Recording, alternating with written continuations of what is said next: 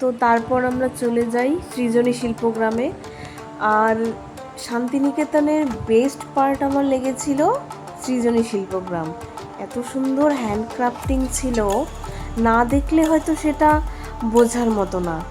আর আমার মনে হচ্ছিল আমি যেই দিকেই তাকাই না কেন সেই দিকেই মনে হচ্ছিল যে আঁকিবুকিতে ভরা, ইভেন সমস্তটাই প্রতিভা।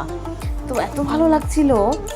আর সেখানে দেখতে পাই বিভিন্ন যে আমাদের রাজ্যগুলো হয় সেগুলোকে তাদের কৃষ্টি কালচারের মাধ্যমে রিপ্রেজেন্ট করা হয়েছে।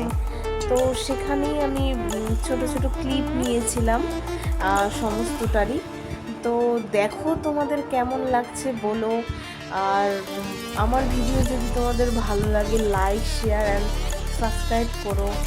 তো তারপর আমরা সেখান থেকে বেরিয়ে গিয়ে চারপাশটা দেখে আম পোড়া শরবত খেয়ে চলে আসলাম।